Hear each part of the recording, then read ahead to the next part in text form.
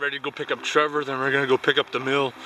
So in my videos I refer to as winter being gray and depressing.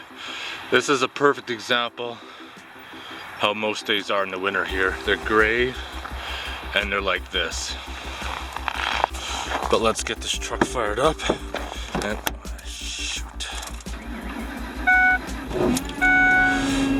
Oh yeah, even plugged in, she cranked over hard.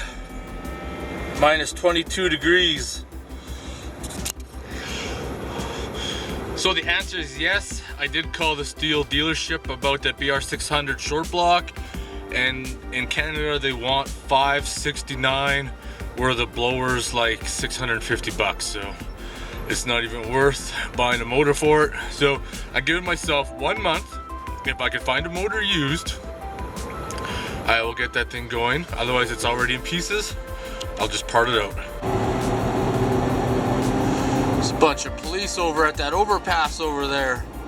Wonder what's going on. It's way too early in the morning for a check stop. Maybe there was an accident.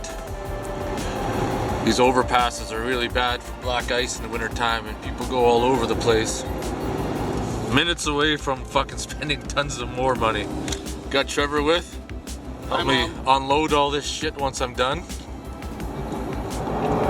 Man, I've seen tons of cops already. What is going on? Tow truck? Everybody rolled. Oh, it's snowing outside. We're making room to get it inside. Trevor's gonna be taking the trusty Poulan chainsaw home. Proud owner, eh, Trevor? So proud. What the fuck was that? You need to wipe your ass off that one. Holy shit. Man, it's really starting to snow. We got the mill inside in the box. Close the garage door, get some heat going.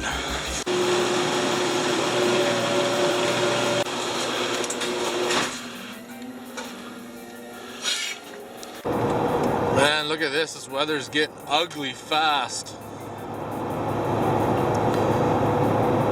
We're at almost whiteout conditions. Just dropped off Trevor, heading home. Garage is heating up so we can get inside and get to work. Well, I'm back outside in the garage after letting it warm up for like the past hour. Kind of a sad day today. Found out some news that a girl I went to school with has suddenly passed away with cancer. It's unfortunate. She was a beautiful woman, but it is what it is. Now we need to do operation cleanup here before we can do anything. All this has got to go. Got to clean up this bench. Picked up a bunch of tools. We're gonna look at that in a bit. Picked up one of these machinist squares, but I also didn't realize. Move that stainless we're gonna bend later. Is that I already have that one. I bought a set of them, but oh well. Where does a person start? Oh god, there's so much crap here. Let's stop motion this.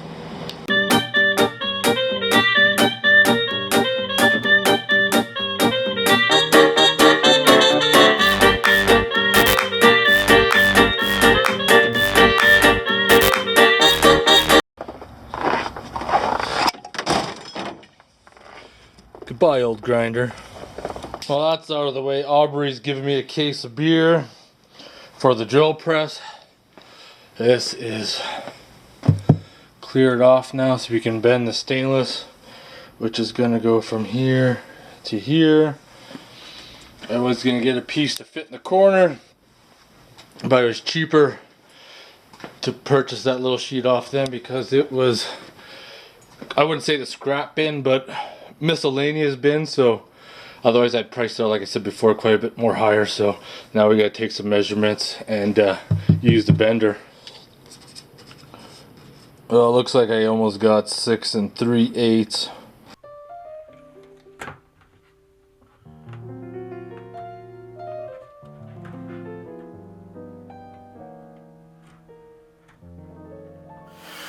All right. It's gonna be my first real bending project here. Let's get this jaws opened up.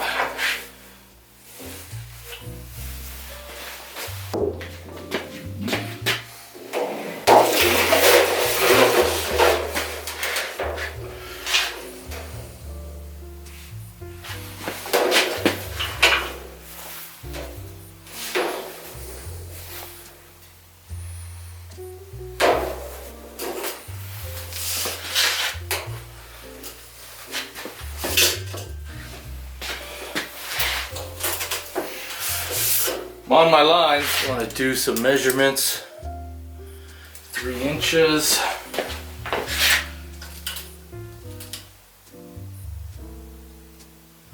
Yep, we're right on the money.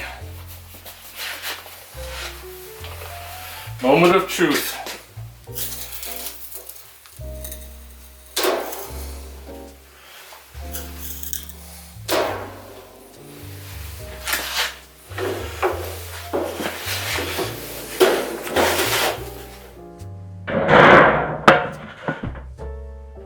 That's gonna fit there pretty nice. I'm gonna mark about 3 1/4 because just in case this piece isn't exactly square, it has like 1/8 of an inch overhang. Let's get that marked out and bent. I had to flip this over because it's being bent the opposite direction. Doing a wrong bend would ruin your piece and make you an unhappy person. Double check, make sure I'm gonna do the opposite bend, because that would suck.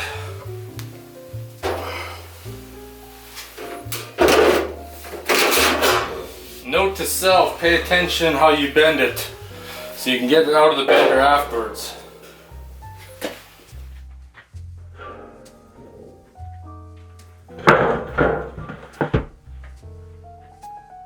Perfect.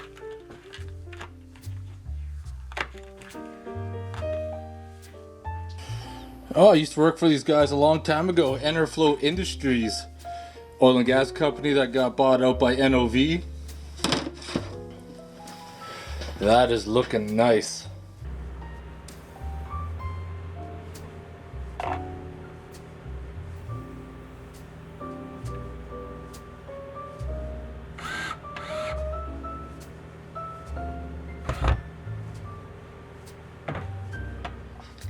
Everything's starting to look all right. Getting ready to get the mill mounted up. Now, remember in a few videos ago, or last video, I could not find my cutoff discs, so I bought some. And actually, I was quite surprised that these ones have an expiry date on them. 10 of 2019. I've never seen grinding discs that had an expiry date. Let's have a look at these things right here that I picked up for the milling machine. This first thing right here is a 2-inch R8 fly cutter, which is going to make machining way faster for making large cuts. I'm pretty happy to buy this. You know, trying to face off a piece on the mill with a 3/8 end mill, a little painful. Second thing is a set of R8 cullets for the mill for the different size bits. I just stick the end mills in there, tighten them up. Bob's your uncle. All different sizes.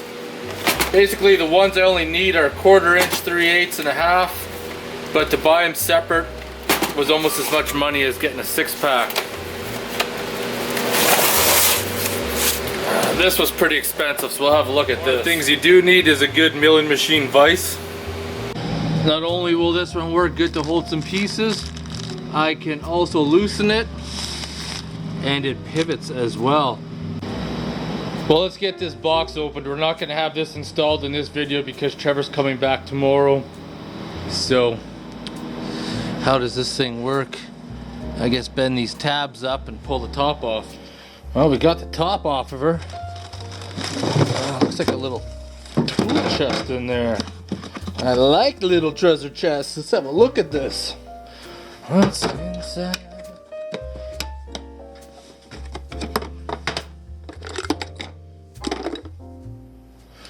That must be some sort of oiler. That's your drill chuck.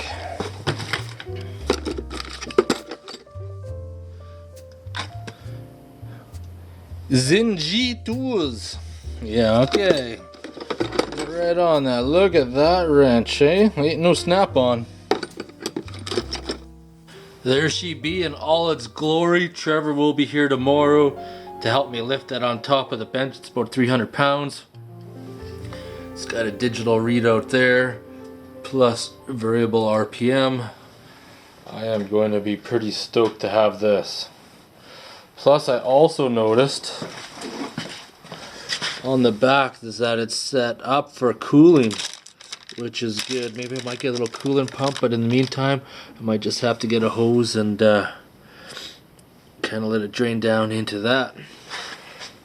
Whereas with the milling machine, everything just kind of goes down in here, then makes its way down to the floor. Well, eventually it evaporates. But it's been a big day. I think it's motherfucking beer time now. Alright, let's go grab that beer, but before we do that, I just shot a video of this auto-vox boost battery pack, which so far to date, as filming this video, it has been the most powerful one. So please check it out on my channel, Jerry BS Corner. I will also leave a link in the description. Now let's go get some used engine oil to drink.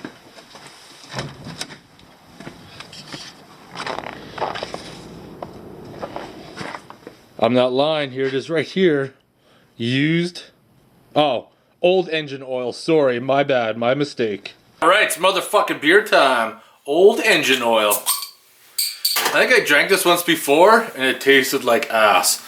Black ale, 6%. The fuck?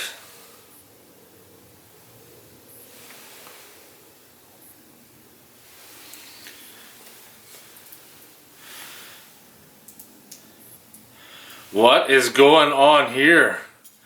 You know, it's only minus 30 outside, but it was only in the cold for like 10 minutes. I don't know, I think we got a pass on this one. Alright. Looks like we've got some Alchemy Pale Ale. This stuff flows. Old engine oil, I don't know what the story was with that one. That kind of made me a little bit nervous. Maybe it was a good thing I didn't drink it. Oh. Oh. That's not too bad. We got a lot of things happening, as you guys are seeing. We're getting tooled up for the springtime. Because once that snow melts, I should have everything I need to start fabricating pretty much anything I want. So stay tuned to that. Lots of shit going on. Been talking to a lot of people with Jeeps. Been discussing a lot of things to fabricate and make. A lot of people have some ideas that are pretty good. So we're going to do a lot of custom work this coming up spring. So stay tuned to that. Anyways, I'm going to get going. If you guys have any questions or comments, post them below. Otherwise, I want to thank you guys for watching. See that? Haven't even had this inside one day. I'm already not putting screwdrivers back. It's a bad habit I need to break.